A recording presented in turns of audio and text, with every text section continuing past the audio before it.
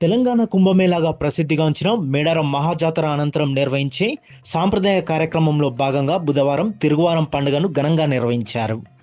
జాతర ముగిసిన తర్వాత వారం రోజులకు నిర్వహించే అత్యంత కీలకమైన తిరుగువారం పండుగను గిరిజన పూజారులు భక్తి శ్రద్ధలతో నిర్వహించారు.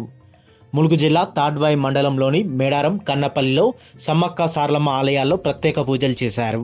తిరుగువారం పండుగ సందర్భంగా గిరిజన పూజారులు ఉదయం నుంచే తమ కుటుంబ సమేతంగా సమ్మక్క సారలమ్మ ఆలయాలకు చేరుకున్నారు. అమ్మవారి గద్దెలను, ఆలయ పరిసరాలను పసుపు నీళ్లు, ఆవు పేడతో శుద్ధి చేశారు. అమ్మవార్లకు గద్దెలపై గిరిజన పూజారులు సాంప్రదాయ పద్ధతిలో పూజలు చేశారు. పూజారులు ఆలయం చుట్టూ ప్రదక్షిణలు చేసి అమ్మవార్లకు దీపధూప నైవేద్యాలను సమర్పించారు. సమ్మక్క సారలమ్మ తల్లులకు అత్యంత ప్రీతిపాత్రమైన రీతిలో యాటను బలిచ్చి తమ మొక్కులు చెల్లించుకున్నారు.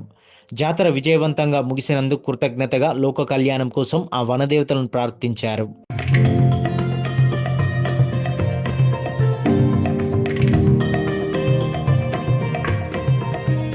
కేవలం పూజారుల కుటుంబాలకు మాత్రమే క్రతువైన ఈ క్రతువును అత్యంత రహస్యంగా నిష్ఠతో పూర్తి చేశారు.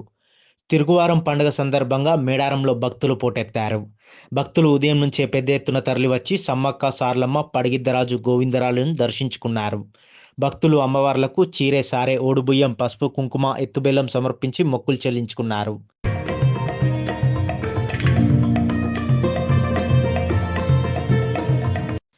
తిరుగువారం పండుగను పురస్కరించుకొని భక్తులు ఉమ్మడి వరంగల్ జిల్లా నుంచే కాకుండా రాష్ట్ర నలుమూలల నుంచి పెద్ద ఎత్తున తరలివచ్చారు. మేడారంలో తిరుగువారం ముగియడంతో ఇకపై మేడారంలో నిత్య పూజలు మాత్రమే జరగనున్నాయి.